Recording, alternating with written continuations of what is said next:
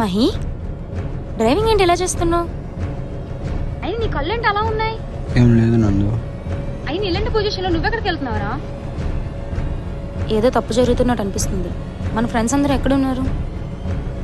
అలా చూపిస్తా. సరే నేను డ్రైవ్ చేస్తాను, నాకు అడ్రస్ చెప్పు.